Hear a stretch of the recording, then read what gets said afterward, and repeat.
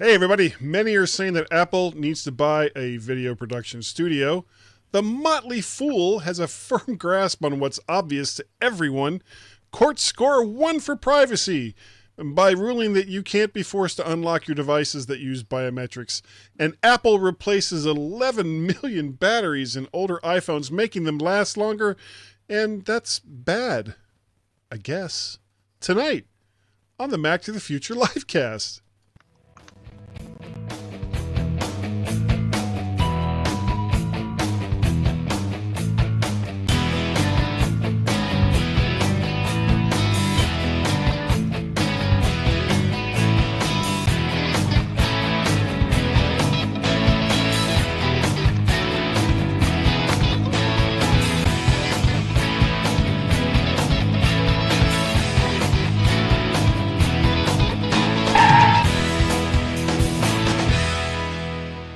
Hey, I'm looking at stuff and trying to figure it out, and I'm so confused. Anyway, welcome everyone to the Mac to the Future livecast. We appreciate the fact that you're here when we know you're getting ready to watch The Masked Singer at 9 o'clock. We know this. We know this for a fact. My name is Serle, and I am joined by the usual crew. The usual crew. I'm going to bring them in here in just a second. We have, actually, you know what? I need to do this a little bit differently. Let's start off this week with Warren. Hello, Warren. How are you, sir? I'm excited for The Masked Singer. You are. You are excited for The Masked Singer, and you are still alive in Guatemala, so I appreciate that. We get Fox here. Yes, we do. We also have... Whoops. No, you're not David Ginsburg. Oh, things are just going insane here. There's David. Hello. Hello, David. I'm really losing it. There we go. Okay, so there's you, and there's your lower third. And it's almost like this is a professional podcast. Almost. So here we all are. Here we all are. As we lurch right into 2019. We were on last week. I don't know. Did I ask you guys how your New Year's went? Yeah. Was it all right? I think you did. Yeah. I think you asked us, and then you went off on a tangent. I think what? That doesn't sound anything like me. I think that's what happened. No, not at all. You started talking about Twinkies and Chicago or something. I don't know. Oh, okay. Yeah. So that was MacStock. Yeah, and nobody's wearing their MacStock hats this week. No, I could. I got my St. Augustine hat. So that's. I got my. Oh, wrong way. Shirt. There you go. Park. Park. Put it on. No, I won't. What is? Oh, is that out in San Francisco? Is that, or not San Francisco? Is that the mothership? The spaceship. Yeah. Jose. What a weird place that looks like. Yeah, it's cool. Yeah, and I'm mostly saying that because I'm envious because I've never been there myself. Well, I saw it from afar because they put you in this, viewing room building, and you can't fit. Yeah, they put you in a visitor center, which is like, you ever see like Close Encounters? Yeah. Third kind. Yeah. So Yeah. I was like the guy, the wife on the mountain looking at everything going on. And then you were standing there on the side of the mountain going. I was on the mountain saying, "This is cool. Look, I think I see Johnny Ive. he's way down there. he's looking at me." Well, Frank has already figured out that we're all wearing AirPods, and I gotta say that it looks kind of weird. All three of us. I'm actually talking on my AirPods because my microphone's not working. So. Well, that's true. That's true. Well, we'll have to figure that out. Well, actually, I guess you already did kind of figure it out. You think it's the this adapter, USB-C adapter, doesn't seem to work, but it does work. But it just doesn't work on my microphone. Is everybody hearing us okay over there? Yeah. Frank had a problem, but it's good. We're good. Okay. Well, just I'm seeing people going. Well, I can hear and see Guy. No. Don't know if you. Oh, was that earlier when? Okay, but you were all celebrating birthdays and Warren was getting his lighter ready. Don't know. I don't understand that, Yvonne. Yeah, we're good. I just unmuted and checked. Okay. We're all good. So confusing. Well, should we just jump right into the stories? Sure. Let's do it. All right. Well, first one is Apple should do what Sony did because that was so successful. And what I'm talking about here is a story in yahoo.com, the finance department, saying that many analysts are saying that Apple needs to buy a video production studio, or, and I spelled there wrong, their services offerings are doomed. Doomed, I say. Doomed. Analyst Dan Ives says Apple should consider buying a production house like A24, Sony Pictures, or Lionsgate. Well, again, I guess the question is, does Sony need to have control of a video production studio to create content for its own upcoming video service? And how well has that worked out for other tech companies that have bought into content creation studios that were outside of their core business? So let's start with Dave. What do you think, Dave? Yeah, I don't see this being something that Apple needs to do. At least not right away. I mean, it's a what do I need a production house for? They're already going to be getting content with all the other shows that are be coming up soon with on Apple Music and their TV service possibly. So why do they need to invest on this? I think this is kind of Well, I mean, there's a lot of production companies that are making video for various studios that these studios or TV production company or TV studio, not studios, CBS, ABC, all those that they don't own. They're basically just buying content. And I can think back to when, I mean, God, this goes way back when Taxi was on the air. Originally, it was on, I think, NBC. I know. Well, who else would? It was on NBC for many, many years. And then I think for the last season or two, because NBC was going to cancel it, they switched over to ABC. So NBC didn't own the studio that was making the television show. And they were able to sell that show to another network to keep it going. And I mean, there's plenty of examples of this, of this kind of thing happening. Brooklyn Nine-Nine moved from Fox to NBC just recently, so same thing. That's kind of sad, when Fox will take a show off the air and somebody else will pick it up. It's like, wow, scraping. You're scraping. What do you think, Warren? People like it. I'm not sure how much I understand it, but Netflix and Amazon created their own studio, I think, Right. to make their own movies and shows. Right. So I don't know if Apple's going to do the same thing. I guess if they get popular enough and their shows get popular enough and they don't feel like spending the money to buy the shows from the places that make them, they're Apple. We'll just buy you and now we own you. But it depends on, how big it is. I don't think they can buy Sony. I don't think they're going to buy NBC or whatever. But so these tech companies, I guess, do have their own production studio. Such as Netflix and Amazon, as far as I know. Well, I mean, with Apple, you've got the obvious hooks into Disney, which is, I think, also Not for long. part, if not complete owner of ABC. And Disney, you also Disney's have coming up. Disney's starting their own service. They might. Service. I think they're going to pull things out. So. Well, they're pulling it from Netflix, but I mean, Apple doesn't even really have their toes in the water yet. Right. So, Apple wants people to subscribe to whatever they have. They need to come up with content. Right. My initial thought is they have all these. I mean, they have every movie in the world, almost all the shows in the world. I don't know how much.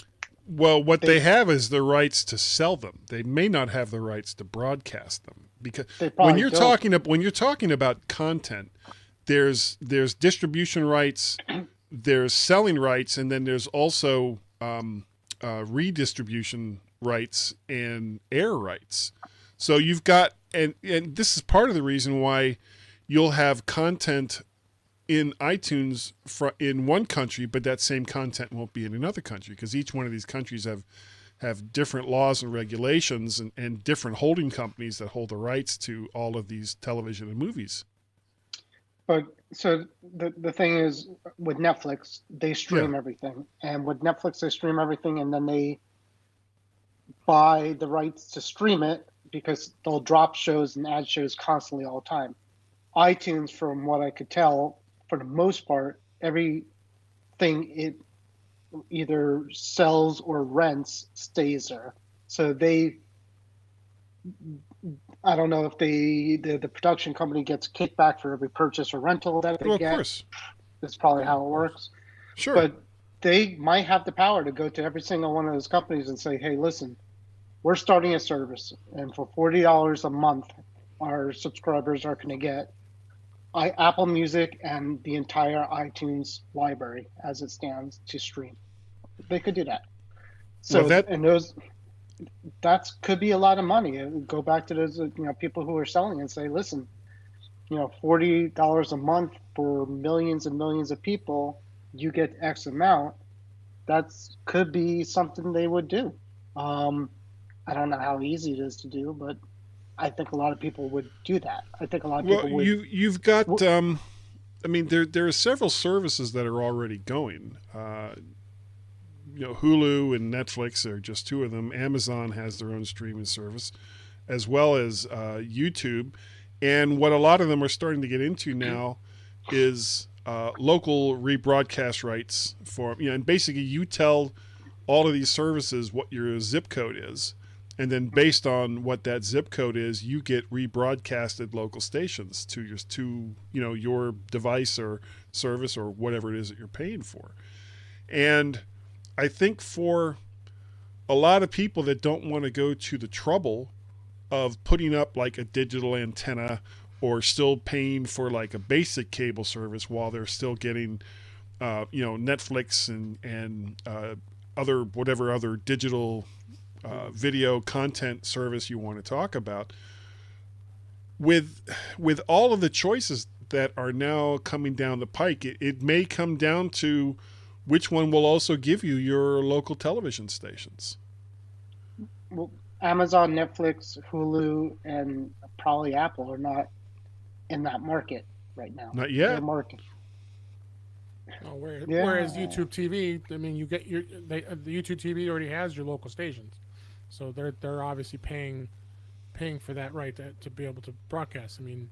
I traveled to Vegas last week, and the cool thing with YouTube TV is you can be in another location. I was in Vegas, and then I'll, as soon as I sign in and go online, I'm looking at the local Vegas stations. So then I come back home. The local Vegas stations or Chicago stations? Local Vegas, because it's all based on where you're located. So Wi-Fi. Let's look at it this way. You're in Las Vegas, or you're in Washington D.C., or you're in Miami, or wherever, and you want to see what, for whatever reason, the local news is, or the kids' television clown show, whatever it is that floats your boat, that's on once the kids get home from school.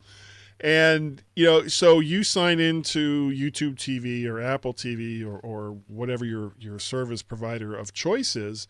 And along with HBO and the movies and the TV shows that you want to watch, it's also giving you your local stations.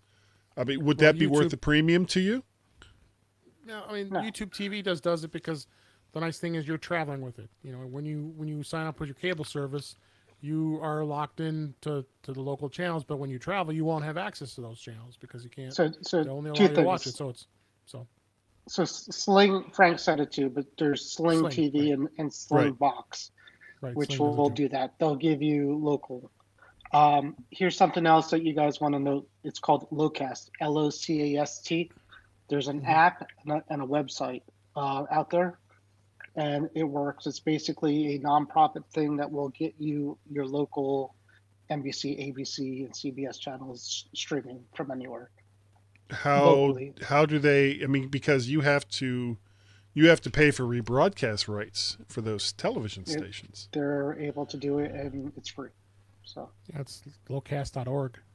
Yep. Okay, well, I'll have to check that out. But that kind of put it- leads into the second one, which is Apple is also a services company? Who knew? Well, apparently the Motley Fool didn't. Investment strategists Motley Fool have looked at the news of Apple bringing iTunes built into Samsung and other TVs and have come to two conclusions. Apple is losing at the streaming device game. It's funny to me that Motley Fool believes that Apple was ever really serious about the Apple TV as hardware and didn't see it as a means to the end rather than an eventual big hardware moneymaker. And I don't think Apple cares if the Apple TV hardware grows as a platform as compared to Amazon's Fire TV or Roku. I think what matters is how much control will Apple have going forward while they offer iTunes buying, which is profit to Apple, or renting, profit to Apple, content at no risk to themselves. And Apple dropping app support in iTunes for iOS now starts to make a little more sense, as does less emphasis, can't speak this evening, on ebooks, neither of which will play nicely on your TV set. Yeah. And number two, that this is the second thing that they figured out. Apple clearly sees itself as a services company. Let that sink in. Yeah, I know. To proclaim in 2019 that Apple is getting serious about their fastest growing segment of their business over the last 10 years is like saying in 1995 that Microsoft just might be looking to create a better user interface with their operating system.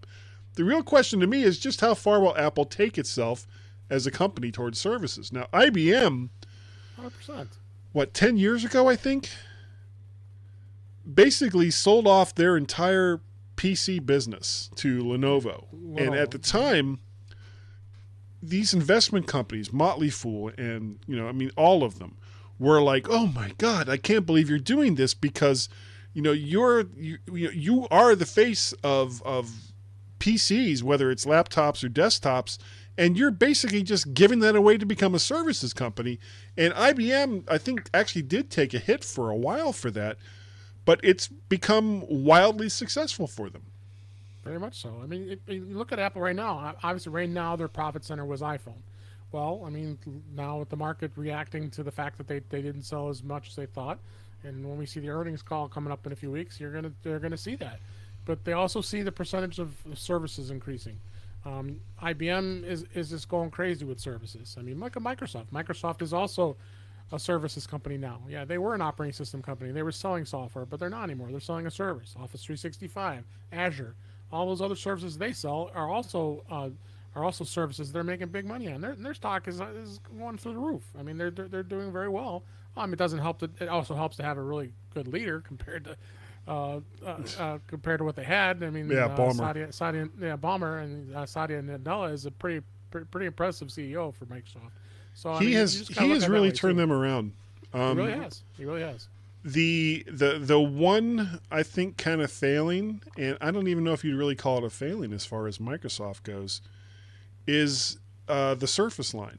I just don't see that as a huh? It sells well. I don't see it as a long, but I mean, why bother to do that unless it's to show other companies how to make it? Well, that's why they started it. But I know continued it.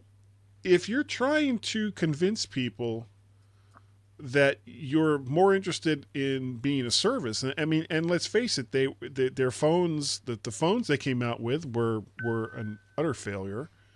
The pretty much most of the hardware that they were trying to sell, like, other than like mice and keyboard, which was mostly just rebranded stuff, right, was like not really all that impressive and didn't really sell that well. And I just think there's a lot of Surfaces out there. There's a lot of Surface in business. Microsoft's, we think there might be a failure in business because we're in the consumer line a lot more. I do a lot of work for, consulting for companies that have Surfaces, and they use Azure, and we use Office 365. They're making a lot of money in their products, and they're making a lot of money in their services. I don't think they're as much as a hardware company as Apple. is certainly, or other companies, Right. and I don't think they want to. They want to be.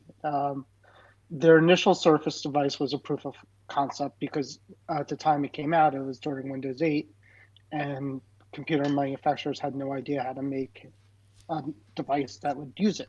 So that's what they did. Yeah. So I mean, they're doing okay with their services, and another thing is, there's Amazon has their services, they have their web cloud. There's so much money out there that Apple is not getting in the business market that they have to tackle the consumer market. That's in services. That they can't focus on business at this point. Well- Go ahead. Well, I was going to say, what do you think, Dave? No, yeah, same thing. I mean, you just mentioned Amazon. Amazon's just gone through the roof. Their services, and again, Apple's going to be the same way. I mean, you mentioned Microsoft. Yeah, I had experience working with the Surface Pro 3. I agree with you. It was a proof of concept. Honestly, it was, at the time when a lot of companies were trying to get into Surface Pro 3, Surface Pros because they wanted tablets. That was really the only thing that was around. I mean, Dell was still getting, it was still new into it, and same issue. I mean, it took time for them to get to mature with the hardware end of it, but now with software and services, yeah. I mean, the sky's the limit for Apple. I mean, I think they can do a lot with iCloud. They could do a lot with other services if they want to. It's just hard to say. I'm seeing more of their services focusing more towards TV and content and music, and so that's where I think they're going to be really excelling in. Well, where does that leave? Not so much the iPhone or iOS. I think iOS is going to outlive pretty much, as far as hardware goes, everything that Apple sells. But where does that leave the Mac in 5 or 10 years? Hard to say. I mean, where does that leave the PC? I mean, we're looking for more services oriented devices. I mean, but, on the cloud. The weird thing is, PCs went from being that super expensive, wow, gotta have kind of device, to a commodity in the 90s and early aughts. Then you had Apple's resurgence with the Mac. Mm-hmm. And now we're kind of swinging back around to where PCs and PCs in general, not just desktops, but laptops, which became the bigger part of the market. All of it is now becoming commodity hardware, and this is being followed as well. Not so much with tablets, because it's not really a tablet market; it's an iPad market, and then everybody else. But with phones, it's almost like the hardware is becoming irrelevant. What gadgets out there right now that there's not a hope to sell some kind of product within that hardware, some kind of service, some kind of applications? It's always been like that. You buy, Right. the first computers that you had to buy Lotus 1-2-3, or you had to buy the software. All phones, you got to buy, content, media, things like that. That's all. The more devices, the more screens that these companies give us, or convince us to buy. Or to convince us to buy. So that's why the Mac line should live on. The more screens that people buy to put things on, the better that is going to be. You're making money in the hardware, and then you're getting money for the things people put on their stuff. So, Microsoft is adding a few more screens as an option, and Apple has iOS and the Mac. And there's, while the Mac doesn't probably, people don't buy a lot of media content on there, and the Mac App Store is not doing so great. It's still another device to watch stuff on. If you listen to the rumors, they might be doing the iPod Touch again. They might be doing another iPad Mini again. Why? Kids want to watch stuff too. So, you're going to give small devices to watch more stuff. So you could get, subscribe to iTunes to get SpongeBob on, and they know that. So it's all about screens. They don't care what it is. If they could sell you just like a display that does things for like $50, they'll do it. On your and glasses. Look at Amazon. That's why their Fire tablets are cheap as hell, because that was their strategy. get a tablet or get a device into everybody's Losing money hand. on that. They're probably losing money on their devices, but are they? Well, they've convinced like almost everyone to pick up Amazon Prime. Most because if you think back, Amazon Prime originally was just to get free shipping, and they've added on so many other things to it now. Where now you get music and you get movies and television shows and all the rest of that. Because not only are you getting this content and you're staying within their ecosystem, you're also, this is like Facebook and Google and all the rest of that. You're providing them with a lot of data based on the content that you're consuming that they can turn around and sell to other companies. They're selling. You're the company. They're trying to sell to you. Well, you're the product. Everything that Amazon does is to see. You walk around the house and it goes, Warren, I see you walking to the bathroom. Do you need toilet paper? We'll get you toilet paper. We have that ability now. There seems to be some stuck to the bottom of your shoe. Should we order you some shoe cleaner? Do you want some shoe cleaner and toilet paper? So that's Amazon's strategy, is to get cheap devices in your house and get you into their services and get you to order stuff off Amazon. And it worked. Okay. Yeah. Well, almost everybody has, at least everybody that uses or buys stuff from Amazon, which is like almost everybody these days, has Prime, I guess. Dave, last word goes to you. No pressure.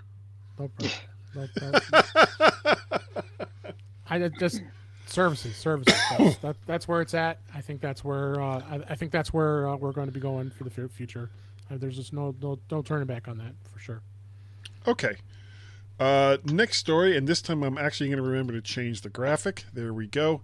Put your face and finger here. In a ruling earlier this month by the U.S. District Court for the Northern District of California, a judge ruling on a warrant request said that it was too overbroad by not limiting what devices law enforcement wanted to seize, and that within the warrant request there was also a request to compel individuals present in the search to use a fingerprint reader, facial recognition, or iris recognition to unlock devices found on the property. The judge stated, if a person cannot be compelled to provide a passcode because it is a testimonial communication, a person cannot be compelled to provide one's finger, thumb, iris, face, or other biometric feature to unlock the same device. And this I think is a rare, even though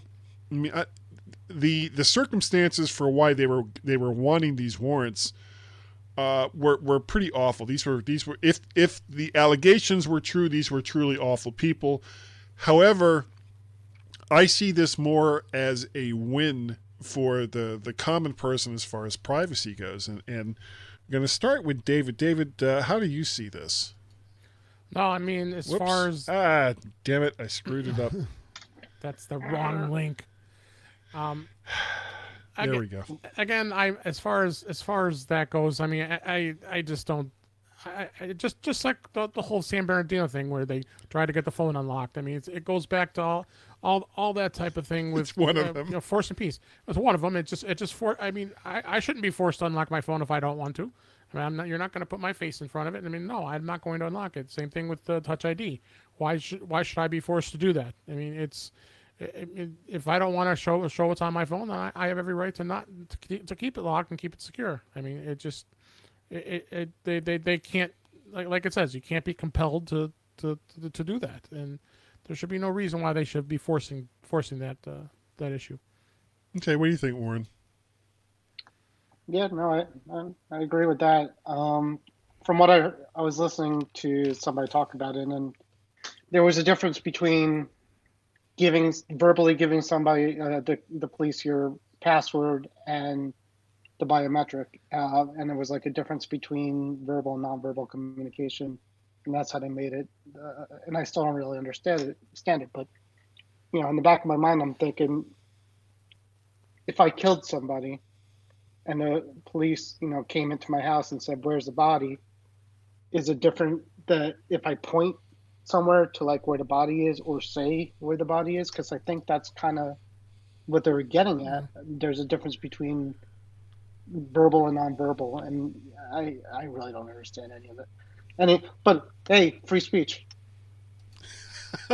Yeah. Well, I'm not sure if it's a free speech issue. We want lock phones. And lobsters. We want lobsters with butter, drawn butter. Lock phones. Lob phones? You still don't have Face ID, guys, so they'll have to cut off your finger. No, I'm still on the 8. I'm still on the 8. Yeah. And So- I will be I'll have that phone until it falls apart in my hands. Unless there better be a really, really super compelling reason for me to buy the next phone, because I'm perfectly happy with the 8. Over in the chat room, they are still talking about what was that service? What was it called? Locals? Locast, LOCAST. Yeah, apparently that's only good for New York, Philadelphia, Boston, Chicago, Houston, Dallas, and Denver. Well, I'm in Philadelphia. Some interesting ways. Suck it. Some interesting ways to spell those particular regions. Well, I don't know this, but I am in Philadelphia. Oh yeah, you have Philadelphia. There you go. Yeah. So, Well, but I mean, it doesn't have my local stations. It doesn't have Los Angeles either, which is interesting. they're adding more. If you go to the website, they'll say they're adding more, and it's donation where if you want to donate to it. They got Chicago. That's all I care about. Yeah, that's really. You guys are all up. As long as you got the love, man, that's what matters. So all right. I got the VR goggles. I got my VR goggles. A break time. We have the last story of the evening. Sometimes the stupid can almost be seen as a solid. This is a story from The Verge. Everyone's favorite Apple is doomed website is at it again, except this time with an actual non-clickbait headline. But the usual Vergy stuff inside and the familiar "Apple is going down" comments at the end of the story. They cite the throttling scandal, which wasn't a scandal, and Apple's, well, okay, whatever, battery replacement program as the explanation to Apple's missing $5.5 to $9 billion in revenue. Except if everyone that used the battery replacement as a reason to not get a new phone is accepted as face value, then Apple's revenue losses would have been much higher. Even with the battery issue, when you compare 2017 sales to 2018 sales, Apple still sold more than 1 million phones year over year. Warren. Well, they lost. I mean, they definitely didn't sell as many phones, and definitely No, they did. I don't think they did. I'm sorry. Well, not so much, but they had more revenue.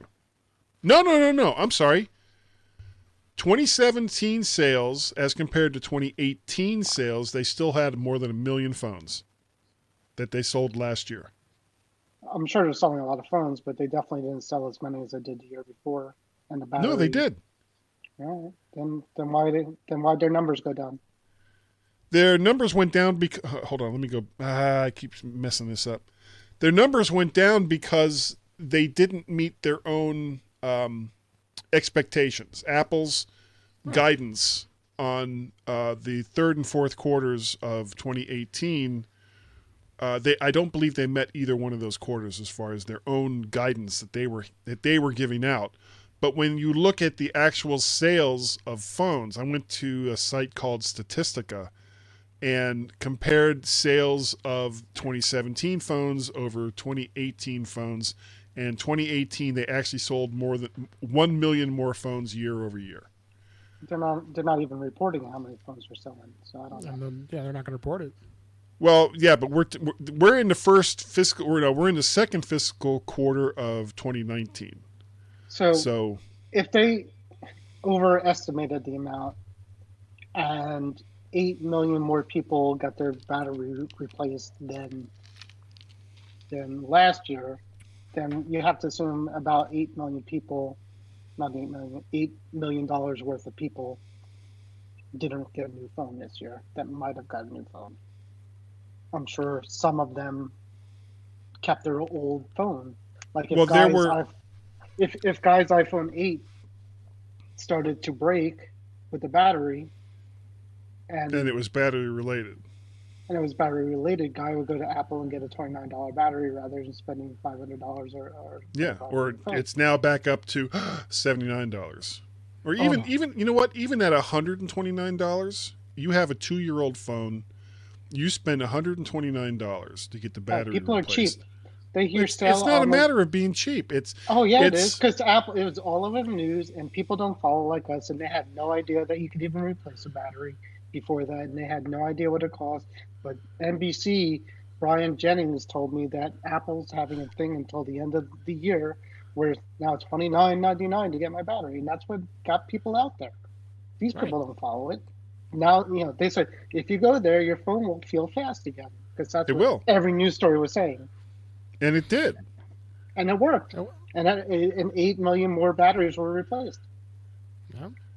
Yeah. Well, there was a total of 11 million that they replaced over the course of the program. Compared to the 2 from last year, the year before. They had 2 million last year, the year before. So they weren't expecting. They weren't expecting that they're. I'm sure that Apple was only expecting pretty much the same number of battery replacements that they'd had the year before, and that kind of like quintupled. I heard people talking about it too, and it was a timeline, right? Because you got the estimates from Apple of how many phones are going to sell in a year with the 10S line and 10R line. Then you got the battery, that came, and then you got Battery Gate, where they had to do something about the battery. Then the public started to know. Hold on. Then the public started to know about that. Then the 10S and 10R got released, all in that timeline. So between the time that they tried to figure out how many phones were going to be sold, and the time that the phones came out, things have changed. And people who might have bought that phone according to what Apple thought, the new phone, didn't. Well, it's going to be interesting to see how it goes here in 2019 because now the battery is back to its normal price for replacement. A lot of people have already had their batteries replaced. Yeah. So, what's to say that people aren't going to start buying a new 10R or 10S? They will. That's what's going to happen. It just held it back a little bit. Just because there were 11 million batteries, that's a lot of batteries, and that's a big chunk of it, and that's a big chunk of the older iPhone market, and Apple should know that. The other thing to remember, 2 parts, is number one, when it comes to retention, Apple's retention rate with iOS is like 85 to 90%. So 8 or 9 people out of 10, once they buy an iPhone, buy another one. So you had the huge jump in iPhone sales with the release of the 6, which was the first, big iPhone. And these people are now 4 or 5 years down the line. And so people that bought the 6 and that bought the 6S are probably starting to look at replacing a lot of these phones. Because not everybody buys new phones every year. So probably, next year, and probably for the next 2 years, you're going to have a larger than usual number of people replacing their iPhones, probably with other iPhones. But Apple users using their iPhone 7 for longer is not bad news for Apple. No, it's still services. They're still iOS users. They're still going to get. They're happy. They're like, hey, I like this phone, and then when it's done, they'll get another one. It's not like these people are switching. I got to buy a new battery. Should I get a new battery or get an Android? No, I'll get the new battery. So if you have with Android phones, usually the answer is just get a new phone. Even if you can just go and replace, easily just take the back off of an Android phone and replace it. For the most part, people don't want to. They'll just go ahead and get a new phone because they can't update them. Up until this year, most people thought it was get a new iPhone too when your battery goes. Most people had no idea you could just go and get a new battery. Well, yeah, but if you look at statistics on how long people use their smartphones, iOS people use their smartphones for much longer than people that have Android phones. Right, but the point still remains. But most people up until this year thought that when the battery starts hitting the bricks, Hmm. whether it affected the performance of the thing or not, most people said, "Okay, it's time to get a new phone." That was a perception. Okay, but It does was it it matter? When you have again, when you have a matters with retention sales. rate of 80 to 90%, that means that all these people that are hanging on to their iPhones, when they get around to buying another phone, are going to buy another iPhone. No, from a services perspective, it doesn't matter at all. No, even from a sales perspective, It does because matter, and it does matter. You see what the numbers are. You see the news lines. well, It they matters. sold 1 million more phones in 2018 than they did in 2017. I know, but And we're at the time, we're at the point now in the smartphone market in established markets that you're not going to see big huge jumps in sales of new smartphones. Most people that want a smartphone have a smartphone. It's not the end of the world. Apple No. overestimated this year. They Well, overestimated. you would think that. I mean, you go to Mac Rumors right now or whatever, and the first site is Apple is cutting down on jobs because Yeah, that was Apple to talked cut about back today. on new hires following disappointed holiday iPhone sales. I mean, They that's don't just know. today. They don't know. I mean, these are all rumors, and a lot of the stuff that we're talking about here today is based on rumors. But for the most part, I'm making fun of these people. That it's like these reports going, oh well, hardware manufacturers are saying that Apple is cutting back 20% on what their stuff, what stuff that is that they want. It's like, they don't really know. A lot of times, I think these people are making this crap up.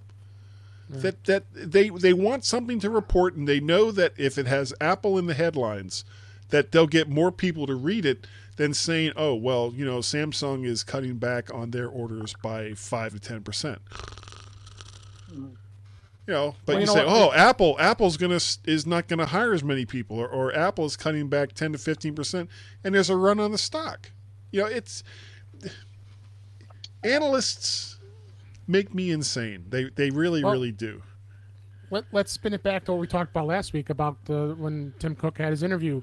Adam in the chat room just mentioned about the user experience. It's so important to Apple as their customer experience, and that in itself values it all on its own. I mean, we get such a great customer and user experience with Apple versus any other manufacturer out there, because you mentioned Android. I think a lot of Android people have a lot of bad experiences. More so because the phone becomes obsolete in a year. You can't get an updated operating system after time, and just the customer experience itself is just, I think it's huge, and that's what keeps me with Apple. That's what I think that's keeps all three of us with Apple, is because of our user experiences with the products. Well, I know you guys have you guys gone to wish.com? Yeah. Yep. I picked up here it is.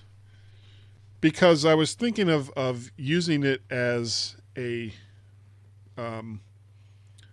call-in phone and hook it into the system here, and it was supposed to be an Android. You're running Android OS version 6, and through some deceptive advertising on Wish.com, it's only got 4.4. Well, So, and I'm trying to deal with that, but at the same time. And it's slow as hell as well. And this is running on much older version of Android, and I can't update it. I can't do shit with this thing. The thing you have is 5 years old. Wish.com Yeah. is a horrible thing. they So- sell a lot of crap. They sell Yeah. crap from China. It's not Yeah. a good thing. Well, I mean, it's all crap from China, but the thing, it was deceptive advertising, and I don't even mind. If it had been Android 6. Even if it had been slow, it really wouldn't have mattered that much, because I was only going to use it to hook into the system for people to call in on.